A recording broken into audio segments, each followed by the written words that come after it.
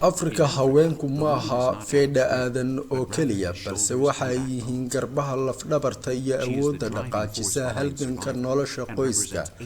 waxaanay u taagan yihiin boqolkiiba 85 awoodda ka shaqeysa qaaradda dhabarkooda waxa ku nasta caruur koraysa waxaanay ku ilaaliyaan dhaqanka waxaanu dhowr barnaamij wax kaga ogaan doonaa mid ka mid ah dhaqamadaasi qaaradda oo ah xiriirka guurka iyo qoyska ilaa maantadan aqlabiyadda haweenka Afrika ee ku sugan magaalooyinka iyo miyiga riyadooda ugu weyn waxa weeye inay yeeshaan nin wanaagsan iyo caruur tiro badan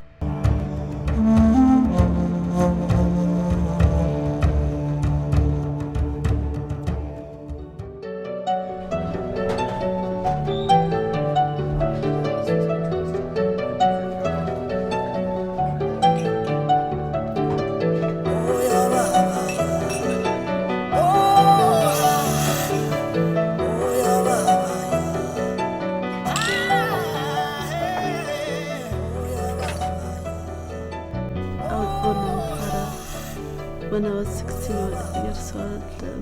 my parents said to me, you get married. Rahela Girma waa 23 jir tan iyo intii ay 16 jirka ahayd waxay ku noolayd Herer oo ah magaalo yar oo Muslin oo ku taala bariga dalka Ethiopia da'daas oo ay tahay waa inay guursataan nin ay aabaheed ilmaadeer yihiin waana dhaqankii diktatoriga ahaa kaasoo qaban qaabiyay guurkeeda iyadoo ilaa iyo hadda inan yar ah Rahela weligeed may aqbalin heshiiskaasi markii la soo gaaray xilligii guurkana waxay u Addis Ababa halkaas oo ay ka shaqo gashay bar ama maqaayad ku taala faras magaalaha caasimadda Ethiopia xilligan waxa ay ku hawlgashaa oo ay tahay mid ka mid ah mudalabyada baarka Okay, this is my uncle. Before he come in the house, he bring me presents. One day my parents are sleeping. I get up in the morning. I left my home, I take a taxi, I go to the radio, I take rain, I'm coming at this.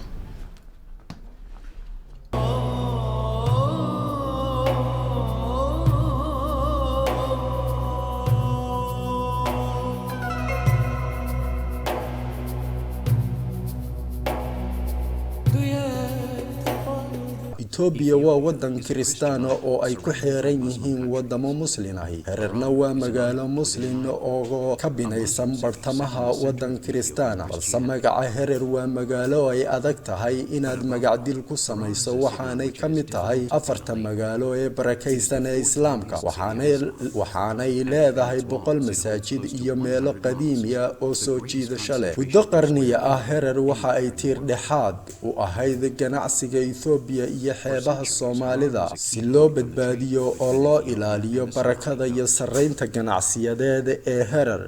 waxa ku xeeran Kristaan sanadkii 1854 markii Richard Pedath uu gudaha u galay oo uu 10 cisho u joogay Herer la tashi waxa jira jid loo saabiri karo marka la eegayo hoos u dhaca magaalada markii halkaasi awoodihii reer galbeedku ay u socdaaleen hadii ay fursad u ahayd iyo hadii kalaba isla waqtigaasi Herer waa magaalo kala qaybsan halkaas oo dhaqanku uu diidan yahay casriyowga waa magaalo qaban qaabisa guurka oo leh dhaqan qariib ah I will never allow my daughter to return. If anything keeps the family and the community united, it is tradition. She has betrayed this and made a fool of her family. I supported her ever since she was a baby, paying her expenses all her life, and she ran off with the money I gave her. Ali waxa uu ka shaqeeyaa dawaarle wadada ku yaala nashqadani waa mid qadiimiya oo aad looga tixgeliyo Herer taasoo raggu inay shaqadan qabtaan ay iyadu dhaqan kala tahay oo waxa shaqadan iska lahaa dumarka sidoo kale waa nin dhaqankii hore aad ugu adag oo go'aan adag caadada qaban qaabinta guurku waa mid soo jirtay qarniyo oo ay u baahdeen boqortooyooyinkii xataa caadooyinka iyo dhaqamadu waxay ilaa hadda ka sii jiraan dhammaan Afrika raheelahu The most important thing is that the man should be good to the woman, not how the marriage is made. Of her two sisters, one has married of her own accord and the other in the traditional manner. Both of them are happy. I could say much about failed marriages. Some were for love and others traditional.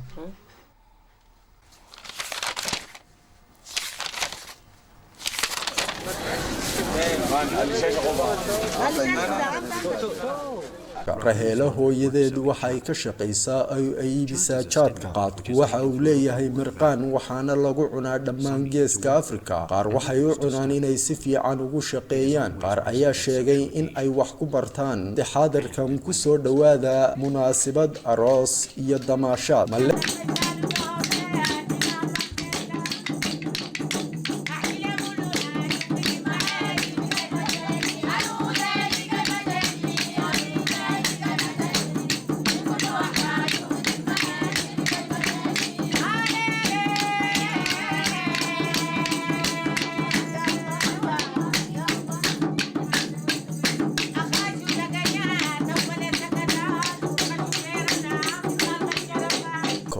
waa ganacsade Maleka Tadesse oo ah Rahel ninka guursanayay ee ay ka baxsatay ayaan jeclayn qaabka ay Rahela u baxsatay waxaanu ilaa hadda jeclaa inuu kala hadlo waxa jira ምንም ነገር ሊቀበላችሁ የማይችል ሰው ነኝ እና ስለዚህ አናውቃቸውም waa ganacsade hodan oo degan Herer aabihii iyo awowgii ayaa sidoo kale ganacsato ahaa waxaanu ka soo jeedaa mid kamid ah qoysaskii Herer ee xiriirka ganacsi ee qadiimiga ahaa ee uu u socdaali jiray xeebaha Soomaalida ilaa dhulka sare ee Ethiopia